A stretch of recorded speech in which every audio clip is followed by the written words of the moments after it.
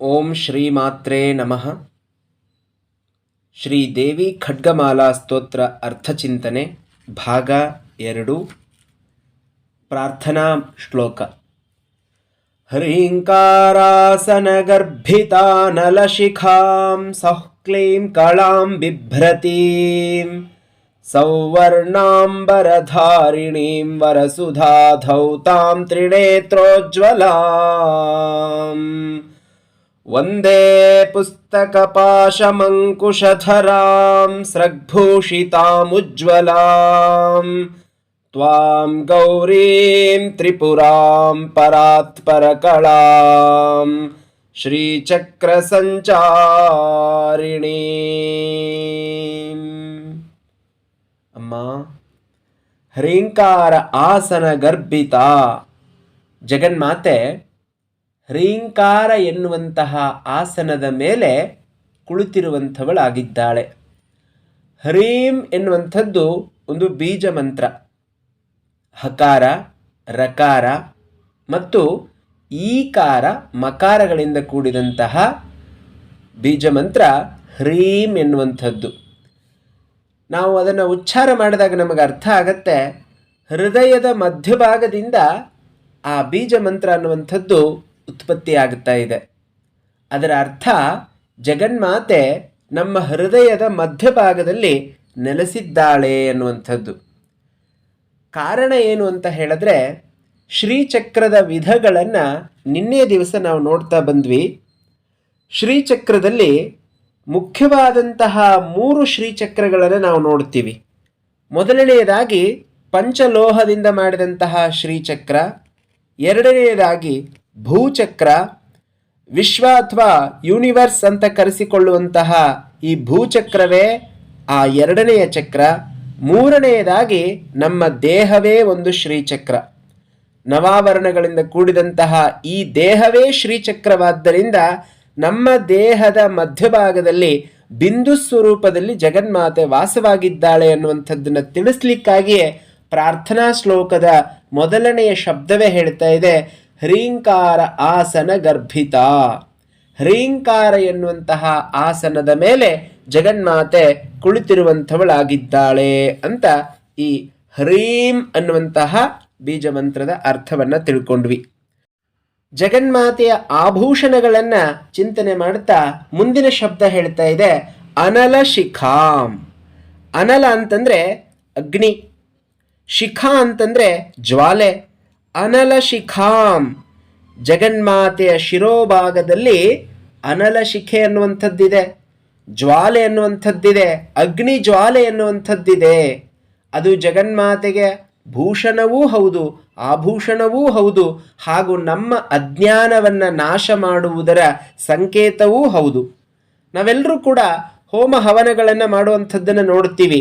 ಅಗ್ನಿದೇವನಿಗೆ ಎಲ್ಲವನ್ನ ಅರ್ಪಣೆ ಮಾಡ್ತಾ ಇರ್ತೀವಿ, ಸ್ವಾಹ ಸ್ವಾಹ ಎನ್ನುವ ಮೂಲಕ. ಹಾಗೆ ನಮ್ಮಲ್ಲಿರುವಂತಹ ಅಜ್ಞಾನ, ಪಾಪ ಇವೆಲ್ಲವನ್ನ ಜಗನ್ಮಾತೆ ನಾಶಗೊಳಿಸ್ತಾ ಇದ್ದಾಳೆ ಎನ್ನುವ ಕಾರಣಕ್ಕೆ ಆ ಜಗನ್ಮಾತೆ ಹ್ರೀಂಕಾರದ ಮೇಲೆ ಆಸೀನಳಾಗಿದ್ದಾಳೆ, ಅಗ್ನಿ ಶಿಖೆಯನ್ನು ಹೊಂದಿದಂಥವಳಾಗಿದ್ದಾಳೆ ಎನ್ನುವಂಥದ್ದನ್ನು ಮೊದಲನೆಯ ಈ ನಾಮ ಹೇಳ್ತಾ ಇದೆ, ಹ್ರೀಂಕಾರಾಸನ ಗರ್ಭಿತಾನಲಶಿಖಾಂ.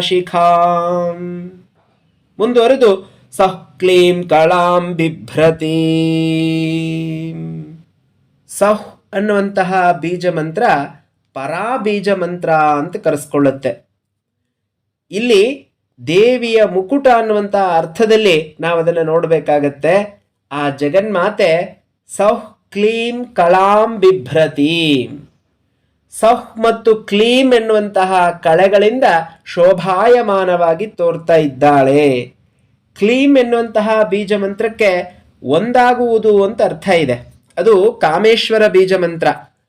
ಓಂ ಹ್ರೀಂ ಕ್ಲೀಂ ಅಂತ ಹೇಳುವಲ್ಲಿ ಹ್ರೀಂ ಎನ್ನುವಂಥದ್ದು ಜಗನ್ಮಾತೆಯ ಬೀಜ ಮಂತ್ರವಾದರೆ ಕ್ಲೀಂ ಎನ್ನುವಂಥದ್ದು ಕಾಮೇಶ್ವರನ ಬೀಜ ಮಂತ್ರ. ಕಾಮೇಶ್ವರ ಮತ್ತು ಕಾಮೇಶ್ವರಿ ಇವರಿಬ್ಬರ ಒಂದಾಗುವಿಕೆಯ ಅರ್ಥ ಜೀವಾತ್ಮ ಮತ್ತು ಪರಮಾತ್ಮ ಒಂದಾಗುವುದು ಅಂತ ರಹಸ್ಯವಾದಂಥ ಅರ್ಥ, ವೇದಾಂತದ ಅರ್ಥ. ಕಳಾಂ ಬಿಭ್ರತೀಂ, ಅದನ್ನು ಹೊಂದಿ ಜಗನ್ಮಾತೆ ಶೋಭಾಯಮಾನವಾಗಿ ಕಾಣುವಂಥವಳಾಗ್ತಾ ಇದ್ದಾಳೆ. ಮುಂದಿನ ನಾಮ ಸೌವರ್ಣಾಂಬರಧಾರಿಣಿ. ಆ ತಾಯಿ ಅಂಬರವನ್ನು ಉಟ್ಕೊಂಡಿದ್ದಾಳೆ, ಸೀರೆಯನ್ನು ಉಟ್ಕೊಂಡಿದ್ದಾಳೆ. ಅದು ಹೇಗಿದೆ ಅಂತಂದರೆ ಸೌವರ್ಣ, ಬಂಗಾರದ ಬಣ್ಣದಿಂದ ಕೂಡಿದಂತಹ ಸೀರೆಯನ್ನು ಉಟ್ಕೊಂಡಿದ್ದಾಳೆ. ಸಾಮಾನ್ಯವಾದಂಥ ಅರ್ಥ. ವಿಶೇಷವಾದಂಥ ಅರ್ಥ ಅಂತಂದರೆ ಅಂಬರ ಅನ್ನುವಂತಹ ಶಬ್ದಕ್ಕೆ ಆಕಾಶ ಅನ್ನುವಂಥ ಅರ್ಥ ಇದೆ. ಆಕಾಶವನ್ನೇ ಬಟ್ಟೆಯಾಗಿ ಉಳ್ಳವಳು. ಆಕಾಶವನ್ನು ಬಟ್ಟೆಯಾಗಿ ಹೇಗೆ ಉಳ್ಳಲಿಕ್ಕೆ ಸಾಧ್ಯ ಇದೆ ಅಂತಂದರೆ ಅವಳು ವಿಶ್ವವ್ಯಾಪಿನಿ. ಹಾಗಾಗಿ ಅಂಬರಧಾರಿಣಿ. ಅಂಬರ ಅಂತಂದರೆ ಆಕಾಶ, ಧಾರಿಣಿ ಅಂತಂದರೆ ಧರಿಸಿದವಳು. ಸೌವರ್ಣಾಂಬರಧಾರಿಣಿ ಅಂತ ತಗೊಂಡಾಗ ಸುವರ್ಣದ ಅಂಬರವನ್ನು ಧಾರಣೆ ಮಾಡಿದ್ದಾಳೆ ಅನ್ನುವಂಥದ್ದು ಸರಳವಾದಂಥ ಅರ್ಥ. ವಿಶೇಷವಾದಂಥ ಅರ್ಥದಲ್ಲಿ ಜಗತ್ತೆಲ್ಲವನ್ನೂ ತಾನು ಹೊಂದಿದ್ದಾಳೆ. ಪ್ರಕೃತಿ ಸ್ವರೂಪದಿಂದ ತಾನೇ ಈ ಜಗತ್ತನ್ನು ಹೊಂದಿದಂಥವಳು ಅನ್ನುವಂಥದ್ದನ್ನು ನೋಡ್ತಾ ಇದ್ದೀವಿ. ವರಸುಧಾ ಧೌತಾಂ. ಸುಧಾ ಅಂತಂದರೆ ಅಮೃತ. ವರಸುಧಾ ಧೌತಾಂ, ಪವಿತ್ರವಾದಂತಹ ಅಮೃತವನ್ನು ಜಗನ್ಮಾತೆ ನಮ್ಮೆಲ್ಲರಿಗೂ ಉಣಬಡಿಸ್ತಾ ಇದ್ದಾಳೆ, ನೀಡುವಂಥವಳಾಗ್ತಾ ಇದ್ದಾಳೆ. ತ್ರಿನೋತ್ರೋಜ್ವಲ. ನೇತ್ರ ಅಂತಂದರೆ ಕಣ್ಣುಗಳು, ತ್ರಿ ಅಂತಂದರೆ ಮೂರು, ತ್ರಿನೇತ್ರೋಜ್ವಲಾಂ, ಮೂರು ಕಣ್ಣುಗಳಿಂದ ಕೂಡಿದವಳಾಗಿ, ಉಜ್ವಲವಾದಂತಹ ಕಣ್ಣುಗಳಿಂದ ಕೂಡಿದವಳಾಗಿ ಶೋಭಿಸ್ತಾ ಇದ್ದಾಳೆ ಅಂತ ಅರ್ಥ. ಈ ಮೂರು ಕಣ್ಣುಗಳು ಅಂತ ಹೇಳಿದಾಗ ಭೂತ, ಭವಿಷ್ಯತ್, ವರ್ತಮಾನ ಅಂತ ಅರ್ಥ ಮಾಡ್ಕೊಳ್ಬೇಕು. ಹಿಂದೆ ನಡೆದಿದ್ದೂ ತಾಯಿಗೆ ಗೊತ್ತಿದೆ, ಮುಂದೆ ನಡೆಯುವುದೂ ಗೊತ್ತಿದೆ, ಈಗಲೂ ಏನು ನಡೀತಾ ಇದೆ ಅನ್ನುವಂಥದ್ದನ್ನು ಅವಳು ನೋಡುವಂಥವಳಾಗ್ತಾ ಇದ್ದಾಳೆ. ಅಗ್ನಿಯ ಸ್ವರೂಪ ಅವಳು, ವಾಯು ಸ್ವರೂಪ ಅವಳು, ಎಲ್ಲದರ ಸ್ವರೂಪ ಅವಳು. ಹಾಗಾಗಿ ಪೂರ್ವ, ಪಶ್ಚಿಮ, ದಕ್ಷಿಣ, ಉತ್ತರ ಎಲ್ಲ ಕಡೆಗೂ ವ್ಯಾಪ್ತಳಾಗಿರುವಂಥವಳು. ಮೂರು ಕಣ್ಣುಗಳಿಂದ ಕೂಡಿ ಉಜ್ವಲವಾಗಿ ಕಾಣುವಂಥವಳಾಗಿದ್ದಾಳೆ ಜಗನ್ಮಾತೆ ಎನ್ನುವಂಥದ್ದನ್ನು ತ್ರಿನೇತ್ರೋಜ್ವಲಾಂ ಎನ್ನುವಂತಹ ಶಬ್ದ ಹೇಳ್ತಾ ಇದೆ. ಒಂದೇ ಪುಸ್ತಕ ಪಾಶಮಂಕುಶಧರಾಂ. ಒಂದೇ ಅಂತಂದರೆ ನಮಸ್ಕಾರ ಮಾಡ್ತಾ ಇದ್ದೀನಿ ಅಂತ ಅರ್ಥ. ಒಂದತೆ, ಒಂದೇತೆ, ಒಂದಂತೆ ಅಂತ ಕ್ರಿಯಾಪದ. ಅಲ್ಲಿ ಒಂದೇ ಎನ್ನುವಂತಹ ಶಬ್ದದ ಅರ್ಥ ನಾನು ನಿನಗೆ ನಮಸ್ಕಾರ ಮಾಡ್ತಾ ಇದ್ದೀನಿ ತಾಯಿ, ನೀನು ಎಂಥವಳು ಅಂತಂದರೆ ಪುಸ್ತಕ ಪಾಶಮಂಕುಶಧರಾಂ. ಜಗನ್ಮಾತೆಯ ಕೈಯಲ್ಲಿ ಪುಸ್ತಕ ಇದೆ, ಪಾಶ ಇದೆ, ಅಂಕುಶ ಇದೆ. ಪುಸ್ತಕವನ್ನು ಯಾಕೆ ಹಿಡಿದಿದ್ದಾಳೆ ಅಂತಂದರೆ ಜ್ಞಾನದ ಸಂಕೇತವಾಗಿ. ಆ ಪುಸ್ತಕ ವೇದ ಸ್ವರೂಪ, ಉಪನಿಷತ್ ಸ್ವರೂಪ. ನಮ್ಮೆಲ್ಲ ಅಜ್ಞಾನವನ್ನು ನಾಶಗೊಳಿಸುವಂಥದ್ದರ ಪ್ರತೀಕವೇ ಆ ಪುಸ್ತಕವಾಗಿದೆ. ಪುಸ್ತಕ ಅಂತಂದಾಗ ಜ್ಞಾನ ಅಂತ ಸಹಜವಾಗಿ ನಮಗೆ ಅರ್ಥ ಆಗತ್ತೆ. ಜ್ಞಾನವನ್ನು ಕೈಯಲ್ಲಿ ಹಿಡಿದಿದ್ದಾಳೆ. ಪುಸ್ತಕ, ಪಾಶ, ಮತ್ತೊಂದು ಕೈಯಲ್ಲಿ ಪಾಶ, ಹಗ್ಗವನ್ನು ಹಿಡಿದಿದ್ದಾಳೆ. ಹಗ್ಗವನ್ನು ಯಾಕಾಗಿ ಹಿಡಿದಿದ್ದಾಳೆ ಅಂತಂದರೆ ಈ ಜಗತ್ತನ್ನು ಕಟ್ಟಿ ಹಾಕುವುದಕ್ಕಾಗಿ. ಅವಳು ಮಾಯಾಸ್ವರೂಪಿ, ಜಗತ್ತನ್ನು ಕಟ್ಟಿ ಹಾಕ್ತಾ ಇದ್ದಾಳೆ. ಅಂಕುಶಧರಾಂ, ಮತ್ತೊಂದು ಕೈಯಲ್ಲಿ ಅಂಕುಶವನ್ನು ಹಿಡಿದಿದ್ದಾಳೆ. ಅಂಕುಶ ಅಂತಂದರೆ ಈಟಿ, ಬರ್ಚಿ, ಅದರಿಂದ ಚುಚ್ಚಬಹುದು. ಅದೊಂದು ಆಯುಧ. ಜಗತ್ತನ್ನು ನಿಗ್ರಹಿಸುವುದಕ್ಕಾಗಿ, ಕಂಟ್ರೋಲ್ ಮಾಡುವುದಕ್ಕಾಗಿ ಅಂಕುಶವನ್ನು ಧಾರಣೆ ಮಾಡಿದವಳು. ಒಂದು ಮನೆಯಲ್ಲಿ ಒಬ್ಬ ಯಜಮಾನ ಇಲ್ಲ ಅಂತಂದರೆ ಮನೆಯಲ್ಲಿರೋರು ಹೇಗೆ ಬೇಕಾದರೂ ಇದ್ದು ಬಿಡ್ತಾರೆ. ಒಂದು ಶಾಲೆಯಲ್ಲಿ, ಒಂದು ತರಗತಿಯಲ್ಲಿ ಒಬ್ಬ ಅಧ್ಯಾಪಕರು ಇಲ್ಲ ಅಂತಂದರೆ ಮಕ್ಕಳು ಹೇಗೆ ಬೇಕಾದರೂ ಇದ್ದು ಬಿಡ್ತಾರೆ. ಶಿಸ್ತು ಅನ್ನುವಂಥದ್ದು ಇರೋದಿಲ್ಲ. ಆ ಕಾರಣದಿಂದ ತಾಯಿಯ ಕೈಯಲ್ಲಿ ಅಂಕುಶ ಅನ್ನುವಂಥದ್ದಿದೆ, ಅದನ್ನು ಅವಳು ಧರಿಸಿದ್ದಾಳೆ. ಒಂದೇ ಅಮ್ಮ, ನಾನು ನಿನಗೆ ನಮಸ್ಕಾರ ಮಾಡ್ತಾ ಇದ್ದೀನಿ. ಪುಸ್ತಕ ಪಾಶಮಂಕುಶಧರಾಂ, ನೀನು ಪುಸ್ತಕ, ಪಾಶ, ಅಂಕುಶವನ್ನು ಧರಿಸಿದಂಥವಳಾಗಿದ್ದೀಯಾ. ಸ್ರಗ್ಭೂಷಿತಾಂ ಉಜ್ವಲಾಂ, ನಿನ್ನ ಕೊರಳಲ್ಲಿ ಮಾಲೆಗಳು ಹೊಳೆಯುವಂಥದ್ದಾಗುತ್ತಾ ಇದೆ.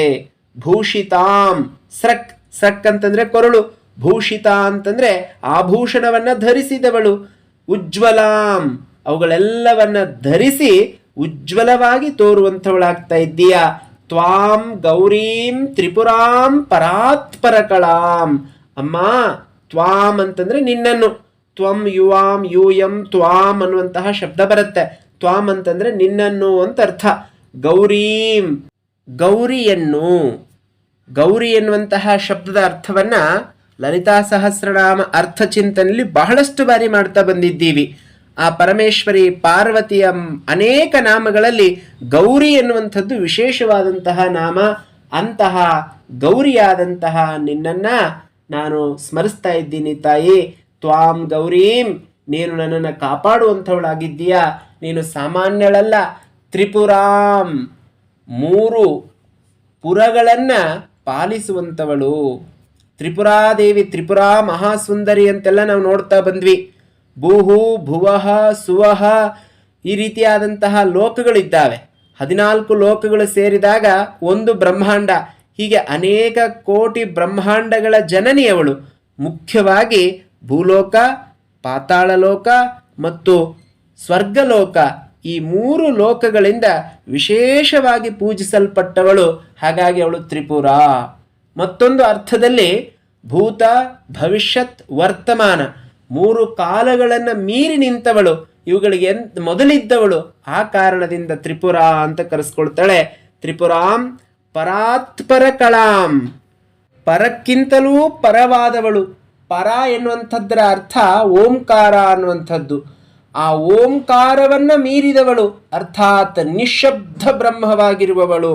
ಪರಾತ್ಪರ ಕಳಾಂ, ಪರಾತ್ಪರ ಕಳೆಯನ್ನು ಹೊಂದಿದಂತಹ ತ್ವಾಂ ಗೌರೀಂ, ಅಮ್ಮ ಗೌರಿ ಒಂದೇ, ನಾನು ನಿನಗೆ ನಮಸ್ಕಾರ ಮಾಡ್ತಾ ಇದ್ದೀನಿ. ನೀನು ಎಂಥವಳು ಅಂತಂದ್ರೆ ಶ್ರೀಚಕ್ರ ಸಂಚಾರಿಣಿ, ಶ್ರೀಚಕ್ರದಲ್ಲಿ ಸಂಚಾರ ಮಾಡುವಂಥವಳು.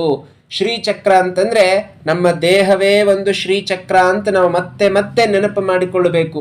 ಈ ದೇಹದಲ್ಲಿ ಪ್ರಾಣಶಕ್ತಿಯಾಗಿ, ಜ್ಞಾನಶಕ್ತಿಯಾಗಿ, ಇಚ್ಛಾಶಕ್ತಿಯಾಗಿ, ಕ್ರಿಯಾಶಕ್ತಿಯಾಗಿ ಸಂಚಾರವನ್ನು ಮಾಡ್ತಾ ಇದ್ದೀಯಾ ತಾಯಿ. ಅಮ್ಮ ನಿನಗೆ ನಾನು ನಮಸ್ಕಾರ ಮಾಡ್ತಾ ಇದ್ದೀನಿ ಎನ್ನುವಂಥದ್ದು ಪ್ರಾರ್ಥನಾ ಶ್ಲೋಕದ ಅರ್ಥ. ನಾಳೆಯ ದಿವಸ ಮುಂದಿನ ಭಾಗದ ಚಿಂತನೆಯನ್ನು ಮುಂದುವರಿಸೋಣ. ಧನ್ಯವಾದಗಳು.